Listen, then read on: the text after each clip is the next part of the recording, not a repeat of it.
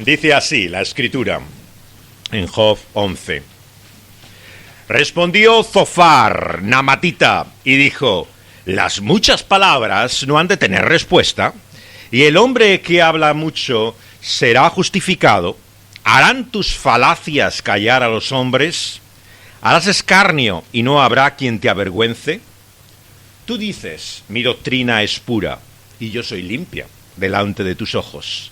Mas oh, quien diera que Dios hablara, y abriera sus labios contigo, y te declarara los secretos de la sabiduría, que son de doble valor que las riquezas. Conocerías entonces que Dios te ha castigado menos de lo que tu iniquidad merece. ¿Llegarás tú a la perfección del Todopoderoso? Es más alta que los cielos. ¿Qué harás? Es más profunda que el Seol. ¿Cómo la conocerás? Su dimensión es más extensa que la tierra y más ancha que el mar. Si él pasa y aprisiona y llama a juicio, ¿quién podrá contrarrestarle? Porque él conoce a los hombres vanos. Ve a sí mismo la iniquidad y no hará caso. El hombre vano se hará entendido cuando un pollino de asno montés nazca hombre. Si tú dispusieres tu corazón y extendieres a él tus manos, si alguna iniquidad hubiere en tu mano y la echaras de ti, y no consintieras que more en tu casa la injusticia, entonces levantarás tu rostro limpio de mancha, y serás fuerte, y nada temerás, y olvidarás tu miseria y te acordarás de ella como de aguas que pasaron. La vida te será más clara que el mediodía, aunque oscureciere, será como la mañana. Tendrás confianza porque hay esperanza. Mirarás alrededor y dormirás seguro. Te acostarás y no habrá quien te espante, y muchos suplicarán tu favor, pero los ojos de los malos se consumirán, y no tendrán refugio, y su esperanza será dar su último suspiro. Vamos a pedirle a Dios que Él nos dé sabiduría y discernimiento para entender este discurso de Zofar y poder encontrar en él también el propósito de Dios. Vamos a orar. En esta mañana venimos ante ti, el autor de este libro. ¿Quién mejor para explicarnos en sus palabras, para mostrarnos su sentido, para, Señor, penetrar hasta lo más profundo e íntimo de nuestros corazones, atravesar nuestras entrañas y revelarnos quiénes somos y quiénes eres tú? Y, Señor, cómo lo veremos si no es en el rostro, Señor, tantas veces velado, pero iluminado por la poderosa fuerza de la luz que tu Espíritu Santo trae en medio de este mundo en tinieblas. Por eso rogamos, suplicamos, anhelamos y deseamos, Señor, que tu luz brille sobre nosotros, que tú ilumines tus palabras, que muestras, Señor, tu dirección y propósito, y sobre todas las cosas, que reveles, que nos muestres, Señor, la faz, el rostro de tu amado Hijo, el Señor Jesucristo, porque en Él está la vida, en Él está la luz y la sabiduría, en Él está, Señor, el propósito y el sentido para todas las cosas, empezando por nuestra propia vida. Señor, te lo pedimos en su nombre, en el nombre de Jesús. Amén. ¿Quién no se ha sentido a veces sorprendido, totalmente perplejo cuando ha descubierto que aquello que realmente se siente reflejado es la realidad misma de su propia vida? La ficción siempre ha tenido muchas veces esa capacidad de poder mostrar quiénes somos. Y la Biblia no es ficción, nos habla de esa verdadera verdad que permanece. Pero revela no solamente a ese Dios que es la luz, que todo lo pone en evidencia, sino también la realidad de quiénes somos. Y por eso en la Biblia descubrimos ambas cosas, y es importante tenerlo en cuenta. Descubrimos quién es Dios, pero también encontramos quiénes somos nosotros. Como decía el reformador al comienzo de sus instituciones de la religión cristiana, la verdadera sabiduría comienza por el conocimiento que tenemos de nosotros mismos. Cuando no sabes quién eres, realmente poco puedes entender y conocer. Y desgraciadamente y tristemente nuestra vida muchas veces es ese camino de exploración, de intentar descubrir por nosotros mismos quiénes somos, hasta irrumpir Dios, ese gran intruso trascendente en nuestra vida, y revelar la realidad de quiénes somos. Y la sorpresa, el asombro que produce descubrirnos es también lo que encontramos en discursos como estos de los amigos de Job. Porque no nos engañemos, los amigos de Job nos dice claramente el texto del libro de la Biblia al final que estaban equivocados. Lo vamos a leer una vez más por si acaso alguno tiene dudas de la verdad de estas palabras. Dice así en Job capítulo 42, que aconteció en el versículo 7, que cuando Dios finalmente habló, le dijo a Job, el Señor le dijo a Elifaz, mi ira se encendió contra ti, el temanita, pero también contra sus dos compañeros, Bildad y también Zofar. Se encendió contra él porque no habéis hablado de mí lo recto, como mi siervo Job. Por lo tanto, la manera en la cual leemos este capítulo, nos enfrentamos a esta realidad, es descubriendo la realidad no solamente de quiénes son ellos, sino de quiénes somos nosotros. Y mi propósito en esta mañana es que nos veamos reflejados también en ese discurso que aquí nos muestra de Zofar, porque qué tristemente suena conocido. No ha estado en nuestros labios muchas de estas palabras, no muestra algo de lo que podría ser verdaderamente el discurso cristiano. ¿Quién no ha usado estas verdades que también hay en el discurso de Zofar de esa manera tan inapropiada? ¿Quién no se ha apropiado de esa doctrina correcta y la ha aplicado tan mal como la hace aquí Zofar? Por lo tanto, el propósito de Dios con este discurso es mostrarnos realmente cómo muchas veces el camino equivocado que podemos seguir en la vida son las medias verdades. La herejía, el error, es siempre lo suficientemente verosímil, lo suficientemente creíble que se basa en una verdad.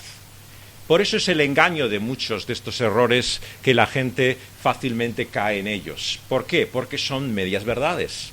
Y las medias verdades no son la verdad, es simplemente parte de ella. Y el gran problema de la teología y del pensamiento cristiano ha sido siempre este. Es cierto que hay verdades a lo largo de toda la historia, pero cuando se consideran aisladamente, cuando realmente no vemos el cuadro completo, lo que nos podemos enfrentar es a un camino equivocado que nos lleve a la senda del error. Zofar, aquí en la matita, nos muestra que está cansado de las palabras. ¿Y quién no está agotado del discurso? Francamente, muchas veces te cansa. Incluso cuando los cristianos hablan, realmente acaban aburriéndote. Porque realmente el discurso muchas veces tiene muchas palabras, pero muy poco realmente que merezca la pena. Y nos perdemos, cada uno de nosotros. Y los predicadores, estamos tentados una y otra vez a ser, como dice Zofar, charlatanes. Personas que hablan mucho, pero que realmente no consideran lo que hay. Todos nosotros tenemos labios fáciles, tenemos esa facilidad tremenda para perdernos en un mundo de palabras. Como decía Shakespeare, el gran bardo de la escritura inglesa, ¿no? Ciertamente las palabras muchas veces nos muestran, ¿no?, cómo podemos estar perdidos en ellas y acabamos cansados, hartos de ellas. Y el problema muchas veces es que ante ese vacío siempre hay la idea que aquí tiene Zofar de que él, sin embargo, con sus palabras va a traer la luz que ninguno de otros ha tenido. Este es el problema del discurso público. Muchas veces estamos cansados de oír, pero lo que nosotros añadimos, aportamos y hacemos, finalmente, como el caso de Zofar, son también palabras que tienen una verdad, como vamos a ver, pero que son utilizadas equivocadamente. Lo que tiene aquí realmente Zofar respecto a sus dos amigos es ya el agotamiento de la impaciencia. Hasta 4 veces dice en los primeros 4 versículos que ya se ha cansado de escuchar todo lo que tiene que decir. Y él, que presumimos que era el más joven, por el orden de lo que en la antigüedad se consideraba el derecho a tener la palabra, no interrumpe hasta el final este discurso para dar sus propias palabras. Si el primero de ellos apelaba realmente a la tradición y a las revelaciones que podía tener, aquí vemos que el discurso de Zofar es ya tremendamente arrogante. No necesita ni las revelaciones ni la tradición. Se basta a sí mismo y su inteligencia para describir lo que para él es la verdad. Hay este orgullo en la doctrina correcta. De todos los discursos es el que más apela a el verdadero conocimiento que él dice tener. Y esto nos suena conocido, ¿verdad? ¿Cuántos cristianos hay amantes de la doctrina? Bueno, tristemente no tantos como debiera haber. Pero cuánto mal usan la doctrina. Este es lo que está hablando aquí Zofar. Puede haber la doctrina correcta, pero realmente usada como Zofar la usa, se convierte en un verdadero castigo para la vida de Job. Está realmente usada de una manera inapropiada. Y es lo que encontramos aquí. Y él lo que piensa es que realmente las palabras de Job requieren respuesta. No tienen justificación. Son literalmente falacias, dice el versículo 3.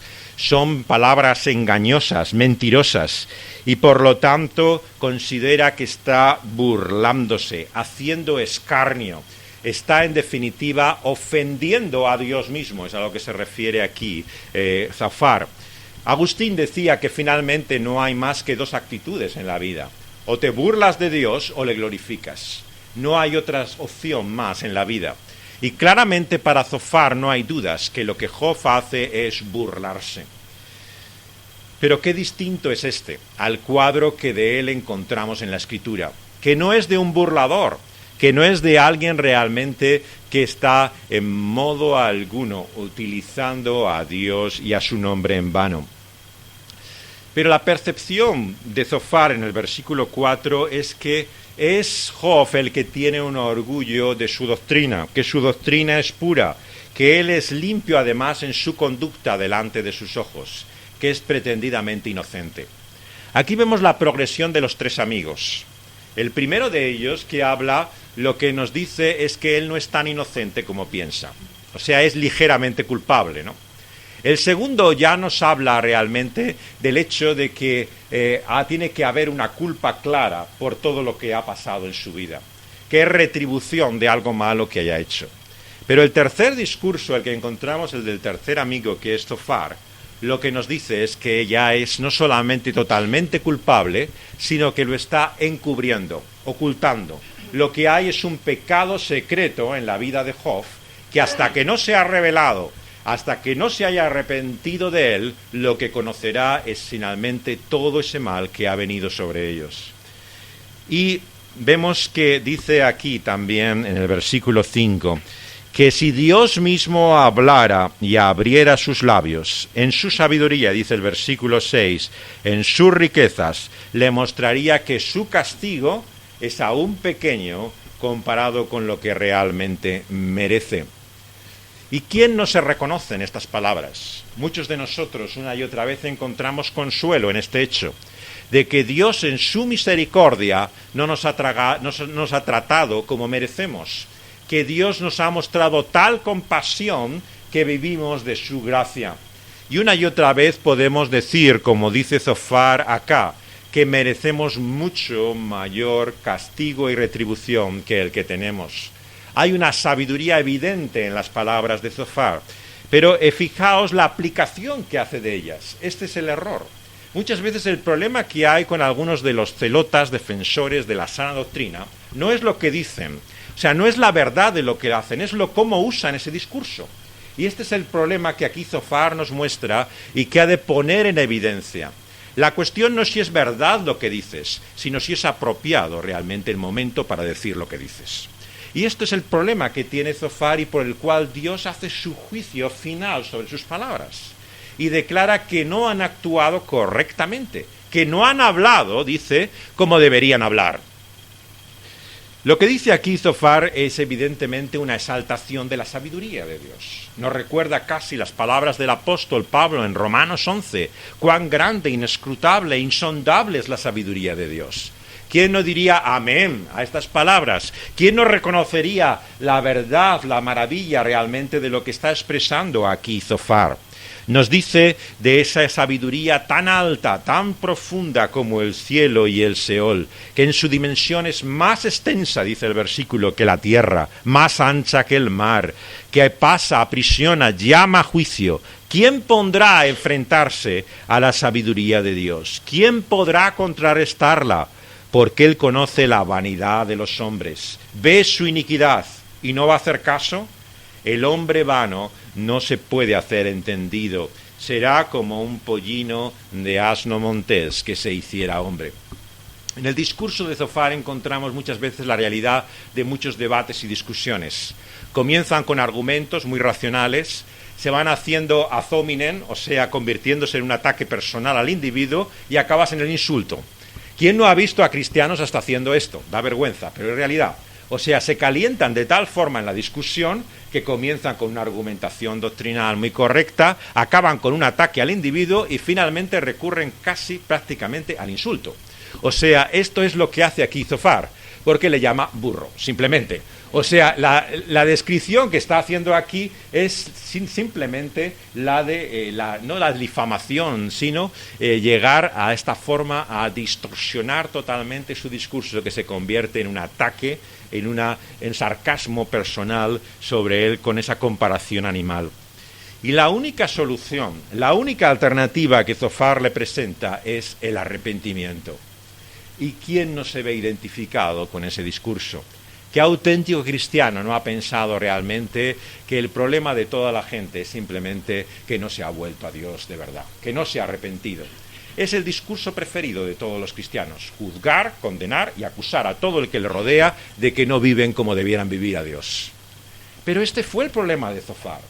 Zofar, digamos, tenía esa doctrina correcta, ese conocimiento, pero su empeño era ver el mal de los otros. Y considera que así sirven la sana doctrina. Así hacen su celo y muestra de devoción y entrega a Dios, condenando y acusando incluso al que sufre y padece, como es el caso de Job. Por lo tanto, la alternativa y medicina que le ofrece a su propio mal es disponer su corazón y extender a él sus manos. Volverse sinceramente a Dios. La descripción que hace Zofar del arrepentimiento es literalmente perfecta. O sea, si podíamos describir en la Escritura qué es el arrepentimiento, podríamos decir que es un arrepentimiento de corazón. Como decía el puritano Watson, es algo espiritual. En lo que ha de sangrar es el corazón, no el semblante, como Jesús dice de los fariseos, que podía demudarse y parecer realmente afectado y torturado. No, el arrepentimiento que Dios busca es el de dentro, es el que se lleva profundamente, el que se muestra cuando sangramos de esas venas y heridas, que muestra realmente la realidad de nuestro mal por dentro de nosotros. Por lo tanto, ante su declaración de lo que es el arrepentimiento, tenemos que decir chapó. No puede explicarlo mejor, es perfectamente la doctrina evangélica. El problema que está hablándole a un pobre miserable sufriendo de una enfermedad de muerte y diciéndole arrepiéntete. Esta es la tragedia. No es la doctrina de lo que dice, es el uso que está haciendo de la aplicación de esa verdad carente ya no solamente de amor, como decía el gran predicador escocés George Philip, carente de toda humanidad. Este es el gran problema, no la doctrina falsa de él, ¿no?, sino la inhumanidad de su cristianismo, porque es muy grave realmente una fe cristiana desprovista realmente de ninguna sensibilidad y sentimiento humano. Esto no es lo que el Señor Jesús nos enseñó. Como hemos cantado en esta mañana y recordaremos en estos días una vez más, Dios nos ha revelado su verdad en la profunda pero también cercana realidad de nuestra humanidad. Se ha hecho como uno de nosotros, ha sufrido como nosotros, ha padecido de cada uno de los males y dolencias que el ser humano conoce. Identificado con nosotros, nos ha revelado la realidad de su gloria. Y por lo tanto no nos avergonzamos de celebrar la encarnación del Señor Jesucristo. No es ningún motivo realmente que podamos en modo alguno tener que justificarnos de poder pensar una vez al año en la encarnación del Señor Jesucristo. Maravilloso que Dios se hiciera hombre. Y ciertamente nos revela la grandeza en su humildad. Y Zofar lo que hace aquí es poner en evidencia su mal. Le dice: si alguna iniquidad hubiera en tu mano y la echaras de ti, y no consintieres que more en tu casa la injusticia, entonces levantarás tu rostro limpio de mancha. Serás fuerte y nada temerás, y olvidarás tu miseria. Te acordarás de ella como de aguas que pasaron. La vida te será más clara que el mediodía, y aunque oscureciere será como la mañana, porque tendrás confianza y hay esperanza. Mirarás alrededor y dormirás seguro. Te acostarás y no habrá quien te espante, y muchos suplicarán tu favor. Por los ojos de los malos se consumirán y no tendrán refugio, y su esperanza será dar su último suspiro. Lo que está diciendo aquí Zofar es que el que realmente ha confesado su pecado, ha reconocido su mal y ha buscado finalmente ponerse a bien con Dios, lo que tiene es paz de conciencia. Y esa conciencia y la paz muestra una actitud que él no ve en Job. Y por lo tanto lo que le muestra y revela es la realidad de que algún pecado oculto tiene que haber, algo no confesado que produce su mal. Recuerdo cuando llevaba a mis niños pequeños al colegio en el metro y solía parar en el kiosco que había en Cuatro Caminos, ¿no? Y había el hombre que entonces había, ya no venden periódicos allí, pero el hombre que vendía periódicos allí tenía siempre una expresión cuando venía la gente, ¿no? Con cara más o menos que tenemos todos cuando nos despertamos por la mañana temprano, ¿no? Y vamos a trabajar, ¿no? Y había, me acuerdo, a señoras que venían allí a comprar y decían, no he pegado ojo en toda la noche, una noche fatal, ¿no? Estas personas mayores que les cuesta dormir, ¿no? Tienen grandes problemas de sueño, ¿no? Y decía, siempre le decía el hombre del kiosco, pues yo como tengo la conciencia limpia, duermo como un niño. Y las señoras se ponían absolutamente enfermas. No, ¿qué tiene que ver eso, no? O sea, literalmente se veían acusadas, ofendidas por el comentario que repetía una y otra vez el hombre del kiosco. Y claro, esta pretensión, ¿no?, de que quien tiene buena conciencia no solamente duerme bien, ¿no?, sino que en la vida tiene esa paz perfecta y profunda, no es en definitiva lo que enorgullece muchas veces a aquellas personas que en su integridad se consideran libres de culpa. Ellos piensan que en esa conciencia perfecta en la que están carecen realmente de toda angustia, de toda perturbación. Y por eso es que cuando ven a una persona afligida, atormentada, sufriendo, ¿no?, en esa visión terrible que tienen realmente piensa que debe ser por una culpa que hay escondida, de algo que no ha sido revelado, confesado y que produce ese mal. Tristemente, esto es lo que muchas veces se confunde con el cristianismo. Como hemos dicho tantas veces, ¿qué es para la mayor parte de la gente la religión? Sino que uno recibe lo que es la recompensa que merece. La justicia en esta vida se mostraría, en definitiva, que el que vive bien es porque ha hecho bien. Así de simple es esto. Y muchos incluso, en un cristianismo evangélico como el nuestro, en el cual lo que se confiesa es la gracia de Dios, también tienen ese orgullo y presunción espiritual y haber llegado a un estado de paz y de experiencia de Dios, que viven la vida en su plenitud.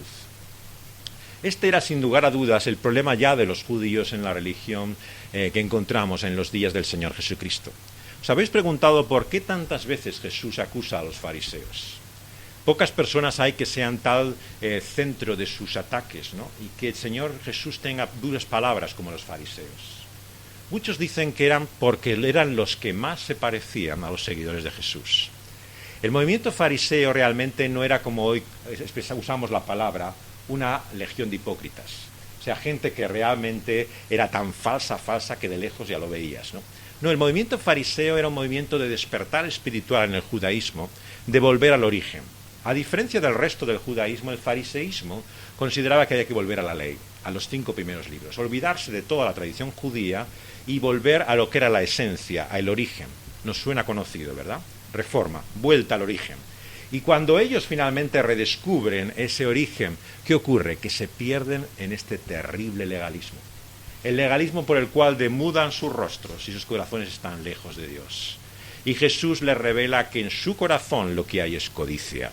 Codicia por bienes materiales, todo su afán y deseo, pero no realmente el Dios al que dicen servir.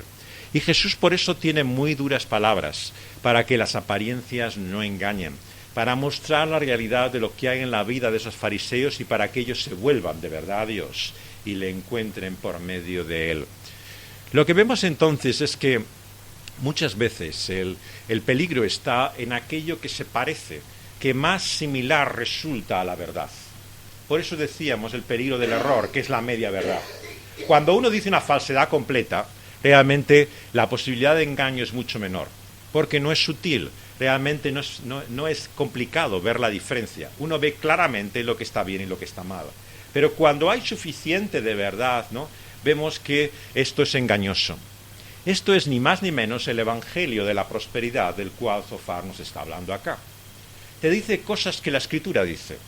Una y otra vez la Biblia nos repite, en ocasiones, muchas veces, ¿no?, que al justo le irá bien, que florecerá, que será su vida próspera. ¿No habla el Señor Jesús de aquel que tiene la fe en Él, tendrá una vida plena? Que el Señor ya aquí y ahora mostrará y revelará lo que es esa vida que Dios nos ha ofrecido y promete por medio de Jesús. Y se llega así aquí en lo que en teología llamamos muchas veces una escatología consumada. ¿Qué es una escatología consumada? Ofrecer lo que nos espera en la eternidad, aquí y ahora. Y esta es realmente la tentación para muchos creyentes sinceros y verdaderos en este momento, como lo fue en los días de Zofar. Pensar que lo que Dios nos ha prometido, que esa vida que está en el futuro aguardándonos, la podemos tener aquí y ahora, en este momento, instantáneamente. La justicia de Él es retributiva inmediata, se produce en este momento. Y al que le va mal es porque Dios se ha vuelto contra él, y al que le va bien es porque Dios le muestra su favor. Esa visión realmente inmediata, automática, instantánea, suena muy fácil de entender para el público contemporáneo. Todos queremos soluciones inmediatas. Nadie quiere realmente promesas que se pierden en el tiempo. Las queremos todo y aquí y ahora. Y por eso es que este evangelio resulta atractivo para muchos. No solamente atractivo, sino evidente su valor, porque produce efectos y resultados.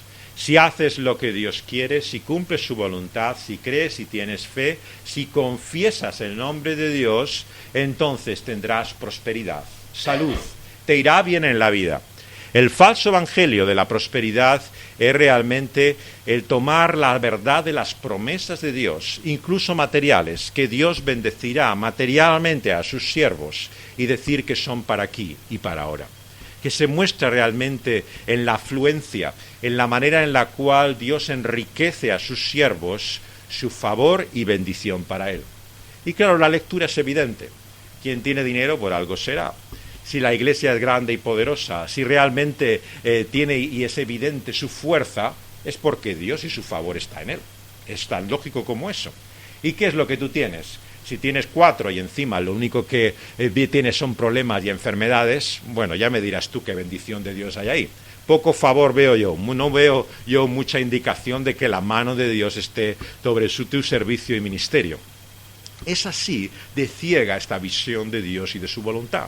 Piensan que se ve sencillamente abriendo los ojos a la realidad de lo que hay.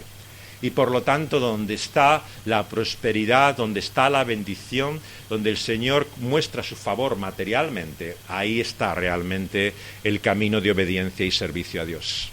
Pero Dios nos ha dado este libro, Job, y ha comenzado de esta manera, con toda la riqueza, afluencia, prosperidad de un hombre justo, para a continuación, en el mismo primer capítulo, arrebatarla de él, hacer caer la muerte sobre sus hijos, hacer perder todas sus posesiones, tocar en el segundo capítulo la vida de su propio siervo en una terrible enfermedad que le lleva a la más profunda desolación, para que entendamos que el justo de Dios puede servirle de todo corazón, ser como él un hombre íntegro y sin embargo padecer y sufrir lo indecible. La insistencia de este libro en que la inocencia del justo no se ve en las circunstancias y las situaciones de la vida que nos hacen libres de enfermedad, de problemas o de sufrimiento, tiene claramente una razón mayor que entender la realidad del sufrimiento en la vida del cristiano. Nos muestran aquel que había de venir, el inocente, justo y perfecto, que no había mancha en él, pero que sufrió hasta lo indecible. El escándalo de la cruz del Señor Jesucristo que el apóstol predica es ciertamente locura para el mundo, tropiezo para el religioso, pero la gloria de Dios mostrada en la debilidad que vemos en el Señor Jesucristo. Y Dios nos muestra aquí la realidad no solamente de su justicia, sino de su misericordia, haciendo sufrir al justo por el injusto. Y fue el Señor Jesús el que le dijo a sus seguidores que ellos también, cuando tomaran su cruz y le siguieran, conocerían padecimiento. Una de las marcas, dice el apóstol Pablo, de la Iglesia de Jesucristo como del ministerio cristiano es el sufrimiento. Por lo tanto, con orgullo sano, en la segunda de Corintios nos cuenta toda la lista de sus padecimientos y tribulaciones. No se avergüenza de ellos, sino que es la señal de su servicio fiel a Dios. Como ha orado Pristilo en esta mañana, la Iglesia que sufre y padece por causa de la fe en Jesucristo no es una causa de vergüenza para nosotros, es la gloria de Dios que nos muestra su fidelidad incluso en aquellos que entregan su vida, confesando su nombre hasta el final. Por lo tanto, la historia y la vida no se acaba realmente ni con la experiencia de la propia muerte. Lo que hoy celebramos en este día, en la resurrección del Señor Jesucristo, es que en Él tenemos una esperanza que ha vencido a la muerte. Que aquel que fue crucificado se levantó al tercer día de los muertos y nos dijo que Él tenía la última palabra. Él habrá de juzgar a los vivos y a los muertos. Toda persona que está sobre la faz de la tierra, como en el seno del mar, o entregado su cuerpo a las cenizas o enterrado, será levantado en aquel día y presentado delante de Él. Y entonces Él tendrá la última palabra. Entonces se verá cuál es la justicia de Dios. Entonces existirá la retribución perfecta de aquel que juzgará justamente a toda persona. Pero en este mundo, en esta vida, no nos engañemos, no conoceremos esa justicia. Como las historias negras nos recuerdan muchas veces, el malo se sale con la suya. En este mundo no todo funciona de tal forma que el culpable finalmente es juzgado y paga por lo que hay. El mundo nos muestra la realidad de una profunda injusticia, en la cual no se ve todavía ante nuestros ojos que Él es justo y que responderá a cada uno con su justicia.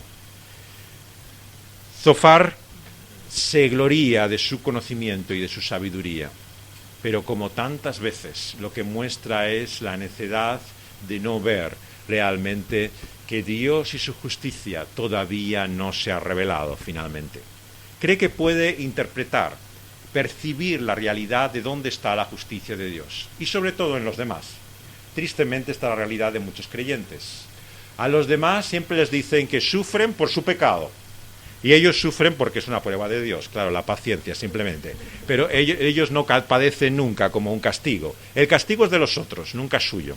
Realmente esta es realmente la increíble, asombrosa soberbia, ¿no?, de muchas personas que pretenden ver en el corazón de los demás el mal que no ven en ellos mismos. Y por esto Zofar es una invitación al autoexamen, a considerar cada uno de nosotros lo que somos a la luz de la palabra de Dios. Santiago dice que la palabra es como un espejo, que cuando nos contemplamos en ella a nadie le gusta. Cuando nos levantamos por la mañana, por lo menos algunos de nosotros que ya no tenemos un solo pelo de listo, los de tontos se han caído todos, cuando nos vemos delante de un espejo realmente nos damos pena, ¿no? Pero ciertamente esa visión dolorosa es el reconocimiento de quién tú eres, y ahí te enfrentas cada mañana. Y la palabra cada día nos lleva a reconocernos quiénes somos, y esto es doloroso. Por eso es que muchos intentan retorcer, manipular la Biblia para que acabe diciendo otra cosa de lo que dice, porque no les gusta lo que oyen y lo que leen en ella. Pero la Biblia nos da esa visión realmente fea de lo que nosotros somos para que descubramos lo que es la realidad misma. Y la realidad es que no somos muy diferentes a Zofar. Pretendemos conocer, entender el propósito de Dios. Y qué poco sabemos y entendemos. Sí, a la gente le decimos que entendemos por qué le pasa lo que pasa, pero ¿es que acaso podemos explicar nosotros lo que nos ocurre a nosotros? Como para encima pretender entender el propósito de Dios divino con lo que otra persona está sufriendo. El mal y el pecado lo vemos en todos, menos en nosotros mismos. Somos capaces de acusar a cualquiera y de sospechar, porque eso sí, Zofar es el maestro de la sospecha. Sus palabras, como han analizado, revelan una completa suspicacia. Hay una acusación muy sutil y muy evidente en el lenguaje de Zofar de que hay no solamente un pecado oculto en Job, sino que su riqueza, su prosperidad, se debe a la injusticia. Lo que Zofar está diciendo es que si él ha ido tan bien en la vida, por algo será. Algo habrá hecho de extorsión, de apropiación, de abuso, de injusticia, por lo cual tenía toda esa riqueza.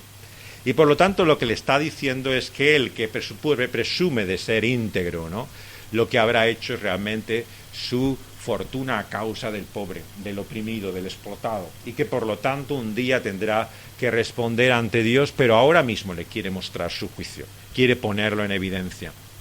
Es así como tantas veces actuamos movidos por la suspicacia, por la desconfianza.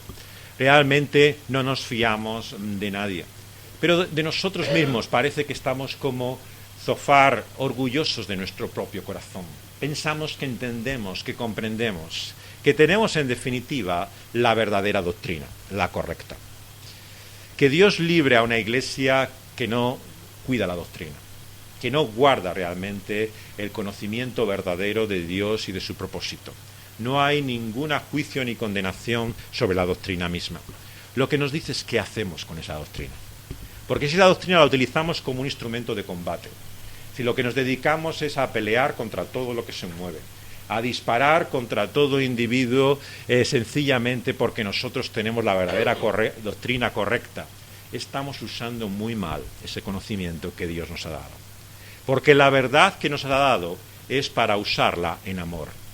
No es para humillar al otro, no es para atacarle, no es para ofenderle, sino para mostrarle la misericordia que Dios nos ha mostrado en Cristo Jesús. Qué triste que este hombre nos muestra la gracia de Dios. Zofar dice que Dios no nos ha tratado como merecemos, que su castigo sería mucho mayor, es por su misericordia que estamos. ¿Cuántos no tenemos las doctrinas de la gracia, pero muy poco de la gracia de esas doctrinas? ¿Cuántos decimos que nos ufanamos de la misericordia de Dios y no tenemos ninguna misericordia con aquel que hablamos? Y aquí hay, por lo tanto, un tremendo recordatorio de ojo y cuidado cómo usamos ese conocimiento de Dios, esa experiencia de su gracia, porque no es para enorgullecernos de ella, todo lo contrario, es para humillarnos, para hacernos humildes como el Señor se hizo hasta lo sumo por causa nuestra. La humillación del Señor Jesucristo que hoy vamos a recordar y todos estos domingos es realmente algo indecible, tanto que nos cuesta entender y aceptar esa humanidad de Cristo. Hay muchos incluso cristianos realmente que se ven incómodos, ¿no? ¿Hasta qué punto Cristo es puesto en evidencia? Porque se nos revela a Dios como ese Padre que corre a la búsqueda de ese Hijo que le ha totalmente traicionado y despreciado. Y en ese acto de deshonra, ese patriarca oriental que nunca se vería humillado, corre en busca de aquel Hijo que se ha mostrado de tal forma en su desprecio que le ha avergonzado, le ha humillado delante de otros. Dios como Padre nos ha mostrado su gloria, pero también su humillación en su amado Hijo, el Señor Jesucristo. Dios ha venido en nuestra búsqueda como un Padre amante a buscar a aquel que se había perdido y rescatado celebra esa gran fiesta que es su salvación, para mostrarnos la realidad de su gracia. Y el Señor Jesucristo, por lo tanto, una y otra vez se muestra en su privación, en todas las limitaciones de su humanidad, dicho respetuosamente y con reverencia, hasta en su conocimiento. El Señor Jesús dice que hay cosas incluso que el Padre conoce y que ni al Hijo todavía se le ha dado a revelar. Hasta ese punto llega la humillación del Señor Jesucristo. Por lo tanto, ¿te es para ti una gran humillación decirte que no sabes algo? ¿Te es realmente para ti algo absolutamente imposible de aceptar el decir que no conoces, que no entiendes, que realmente no puedes dar respuesta? Seamos humildes y reconozcamos, desde el púlpito hasta cada uno de nosotros, que hay muchas cosas que no sabemos ni entendemos. Porque el Señor al que servimos también se humilló y nos mostró realmente lo que significa la realidad de que Dios es Dios y nosotros hombres. Y por lo tanto no conocemos y sabemos todo. No tenemos las respuestas que la gente exige de nosotros. La apologética o razón que podamos dar al mundo no es poder dar la solución a cada problema. No es dar la tecla y el botón por el cual tengamos respuesta a cualquier cuestión que se nos pregunte. No, sencillamente eso no es el cristianismo. El cristianismo y la fe es dejar que Dios sea Dios y reconocer que la respuesta no está en nosotros, pero que hay una respuesta y que está en Dios. Lo que estamos diciendo no es que la vida sea absurda, que no haya explicación o solución para el problema del mal y el sufrimiento. Lo que decimos es que Dios es quien tiene la respuesta, que en Él está la razón, que Él sabe las cosas que hace y Él conoce finalmente la razón última de todo. Y esto es lo que le fallaba y pone en evidencia su ausencia a Zofar. Zofar no es capaz de reconocer la limitación de su interpretación de la providencia de Dios, que no sabe por qué ocurren las cosas que pasan. Y lo que hace es de esta forma abusar del justo Job. Llegar de esta forma incluso a despreciarle, que utiliza hasta un lenguaje insultante para con él. Hasta ese punto de falta de compasión es la arrogancia religiosa. Es terrible realmente el orgullo y la soberbia de aquellos que se ufanan de tener el conocimiento correcto de Dios. Son verdaderamente muchas veces personas no solamente incómodas, sino realmente abusadoras. Personas que utilizan su lenguaje como hace Zofar, con su exhibición de vocabulario, con toda la riqueza de palabras que tiene, pero la utiliza para abusar del pobre, menesteroso, humilde y el que sufre. Y para esto nos ha sido dado el conocimiento de Dios, la grandeza de quién es Él y la maravilla de lo que encontramos de Dios en Cristo. No es para humillar a nuestro prójimo, sino todo lo contrario, para humillarnos nosotros mismos, como Él se humilló.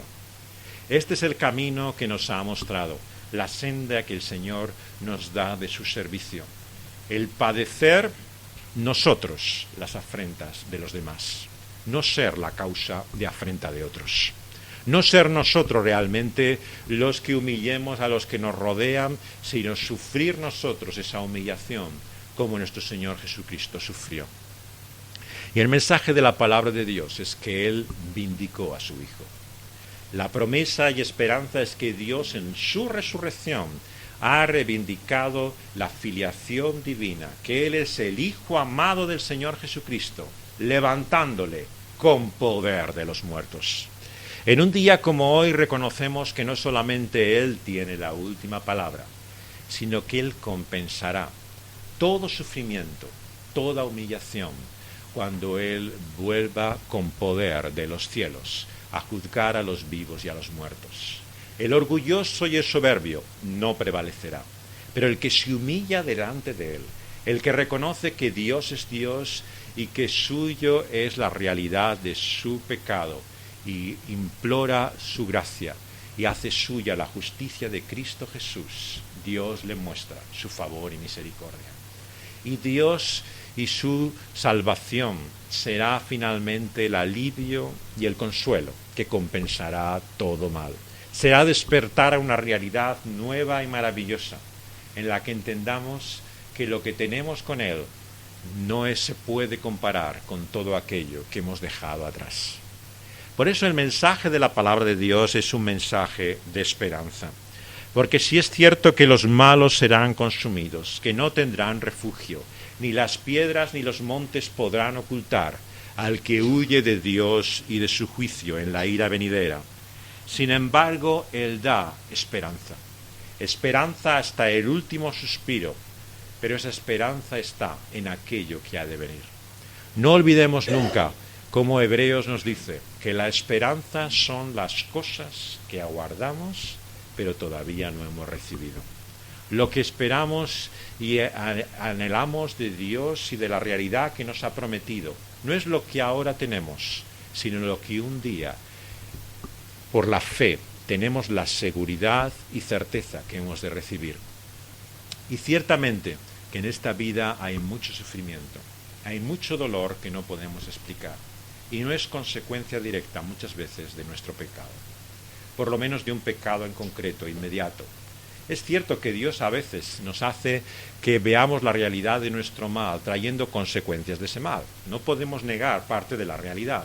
Evidentemente que hay enfermedades, que hay padecimientos que son consecuencia de una vida de abuso, ¿no? Y una vida en la cual realmente no estamos utilizando la salud y las fuerzas que Dios nos ha dado justamente. Pero no podemos simplísticamente entender la vida así, por el cual quien más sufre es porque más mal ha hecho. Lo que nos muestra aquí la palabra de Dios es que solamente en su presencia cuando Él esté con nosotros y vuelva de los cielos, Él enjugará cada lágrima, la quitará de sus ojos. El Señor nos mostrará que ya no habrá más dolor y aflicción, porque Él está con nosotros. Es por eso que cuando los reformadores discutían sobre la presencia de Dios en esta mesa, en este pan y este vino del cual ahora vamos a participar, había mucha dificultad de entender en la Reforma, ¿no?, qué sentido tenía estos símbolos, ¿no?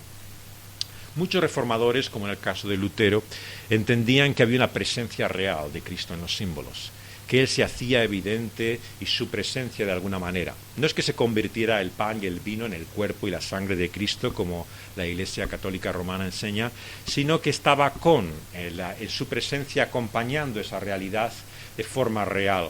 Pero otros muchos reformadores no estaban de acuerdo con Lutero. Y en este sentido, lo que nos presentan es la realidad, como nuestras confesiones y catecismos muestran, de que Cristo todavía está de alguna forma en los cielos y lo que de Él tenemos aquí en esta tierra, que se hace presente y material, es solamente lo que el Espíritu de Dios nos comunica. Que no podemos contar con su misma presencia en este mundo. Que en definitiva la ascensión nos habla de una realidad que vivimos hasta que Cristo vuelva. Y que por lo tanto lo que el Señor nos trae de su presencia por medio de este pan y de este vino es la realidad espiritual, ¿no?, de lo que el Espíritu Santo nos comunica acerca de esa vida que tenemos en Cristo.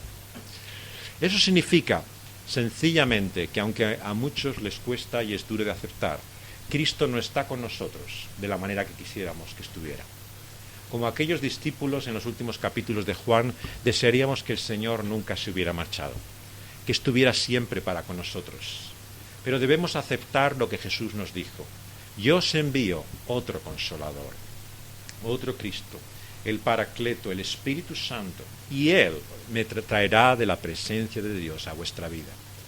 Y por lo tanto tampoco nos avergoncemos de reconocer al Espíritu Santo, de poder decir y confesar de Él que no solamente es verdadero Dios, sino que es verdadera persona. El Espíritu sufre, el Espíritu gime, el Espíritu tiene mente y voluntad. El Espíritu no es fuerza ni electricidad como las sectas dicen. El Espíritu es la presencia viva de Dios entre nosotros. Y esto es lo que Él ha prometido a su Iglesia y lo que Él nos ofrece por medio de estos símbolos. La presencia espiritual de Dios y de Cristo Jesús en medio nuestro. Y es por eso que nos volvemos a Él, que rogamos e imploramos que Él, por medio de su Espíritu, nos muestre que Él está con nosotros. Que está con nosotros a pesar de nuestro dolor, a pesar de la enfermedad, de la aflicción, de la realidad del pecado. Que Dios nos muestra la realidad de quién es Él por medio de su Espíritu.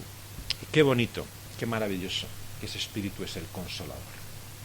El Señor no ha querido darle otro nombre, describirlo de otra manera que como esa presencia confortante de Dios por medio de su Espíritu. Y el Señor ha querido así que aquellos que somos sus hijos, sus discípulos, que hemos sido ya persuadidos, que hemos recibido ese testimonio del Espíritu de nuestro pecado y hemos sido vueltos a Él y justificados, vivamos la presencia de su Espíritu como una realidad de ánimo, de consuelo, realmente de alivio en medio de la aflicción. Y es por eso que le vamos a suplicar, a rogar a Dios, que por medio de su Espíritu Él en esta mañana se haga presente con nosotros. Que podamos conocer, pero también sentir que Dios está con nosotros, que Él no nos ha dejado y abandonado, y que igual que el justo Job sufrió semejante aflicción, pero Dios no le había abandonado, así también nosotros podemos padecer y sufrir en este mundo, pero eso no es el desamparo de Dios, sino la realidad de que lo que padecemos y sufrimos no lo podemos entender, pero el Señor está con nosotros. Vamos a rogárselo a Él, vamos a pedírselo en esta mañana. Señor, te imploramos, te suplicamos en esta mañana que tú vengas a nosotros, que la persona de tu Espíritu Santo, por las palabras, Señor, que tú nos das, Señor, por la inspiración, la iluminación que hace tu Espíritu, hagan realidad, Señor, la vida y la presencia que nos viene de Cristo Jesús. Y Señor, ahora también al acercarnos a este pan y a este vino, Queremos entender que esto es una realidad no solamente espiritual, sino real y material. Tanto como comemos de este pan y bebemos de esta copa, es la realidad del Espíritu Santo. Muchas veces te confesamos que lo espiritual nos suena falso, ficticio. Nos suena, Señor, algo que no es verdaderamente cierto. Pero muéstranos tú, revélanos, Señor, por la obra de tu Espíritu Santo, que lo espiritual es real, que lo espiritual no son bonitas palabras, que lo espiritual no es lo que nuestra mente e imaginación pueda concebir, sino que lo espiritual es la verdad y realidad de tu obra y tu presencia en medio nuestro. ¿Y quién mejor para hacerlo, Señor, que tu Espíritu Santo? Para que en nuestros corazones seamos persuadidos de tu verdad, puestos en evidencia y vueltos a ti. Señor, te damos gracias que tu Espíritu nos muestra la verdad de lo que somos, pero que nos lo muestra también, Señor, tu gracia y tu misericordia, que nos lleva a entender, Señor, que tú no has tratado con nosotros conforme merecemos, pero que esa misma gracia que nos has dado, Señor, es también la que nos sustenta y la que se muestra una y otra vez en nuestra vida. Señor, que este medio de gracia, que es este pan y este vino, nos traiga de esa forma, Señor, tu favor incondicional, tu misericordia, Señor, tu voluntad de ser nuestro Dios. Suframos lo que suframos, padezcamos lo que padezcamos, Señor, sea cual sea nuestras circunstancias. Tú quieres ser nuestro Dios y nos lo quieres mostrar por tu Espíritu, dando testimonio a nuestro espíritu de que somos tus hijos. Señor, hay muchos de nosotros, que tú, Señor, lo sabes, algunos de los que estamos aquí, que no sienten y perciben la experiencia de que son tus hijos, que viven todavía como siervos tuyos, como aquellos que quieren hacer tu voluntad, pero no han conocido el favor y la aceptación total, Señor, de ti como tu Padre. Señor, te queremos rogar y suplicar que entres en su vida, Señor, que irrumpas por la obra de tu Espíritu Santo y les muestres, Señor, que son tus hijos. Señor, que no tienen que ganar tu favor, que no pueden comprar, Señor, ni adquirir, ni de ningún modo conseguir, Señor, tu aceptación, porque tú, Señor, nos aceptas como somos por tu Hijo Jesucristo. Señor, haznos saber y conocer por tu Espíritu Santo, dando testimonio a nuestro espíritu de que somos tus hijos, de que no hay nada que temer, de que el castigo, Señor, que esperamos a nuestros pecados, las consecuencias y recompensas, Señor, que tememos, las peores pesadillas, Señor, y miedos de sufrir, Señor, por causa de lo que hemos hecho, no tienen lugar, Señor, ante la realidad de tu gracia. Que tú disuelvas, Señor, en nuestra mente y en nuestra conciencia las ataduras, Señor, que nos lleva esa visión de nosotros mismos, Señor, como sujetos a tu castigo, Señor, como pendientes, Señor, de lo que va a ser tu mano desfavorable, tu ira. Haznos mostrar que por tu Hijo Jesucristo somos salvos de la ira de Dios, que no hay condenación para los que están en Cristo Jesús, que tu favor y tu misericordia son para siempre, y que no nos puedes amar más, por mucho que hagamos o menos de lo que podamos hacer, Señor, porque somos tus hijos y lo somos para siempre. En el nombre de Cristo Jesús te lo pedimos. Amén.